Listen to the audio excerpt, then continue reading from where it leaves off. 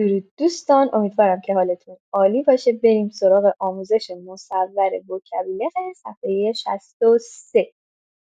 لووا، راه ها، منظور خیابون و اینجور چیز هست. لونو، خیابون فرعی. لاغو، خیابون اصلی. لبولوار، نم که مشخصه، بولوار. لیلیو، بریم مکانها رو داشته باشیم. لپلس، به معنای میدان. لوکه، اسکله. لپون، پل. لفلوب، رودخانه. لبیبلیوتک، کتابخانه.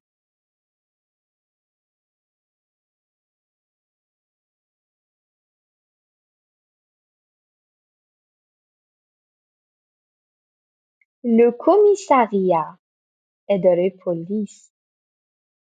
لگلیز، کلیسا. لکل، مدرسه.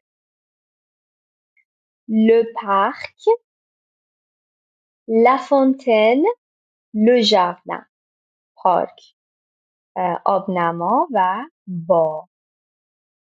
لگر، راه آهن. البته این راه آهن مربوط به قطارهای بین شهری میشه، ولی به راه آهن مترو هم میگن گر، یا میگن ستاسیون دو مترو، ایستگاه مترو. اوکی. لمری، شهرداری. لموزه، موزه. لوتئاتر، هم که به سالن برگزاری نمایش میگن تئاتر. ما تئاتر رو به خود نمایش میگیم، ولی فرانسوی‌ها به محل برگزاری میگن تئاتر. اینو دقت کنید.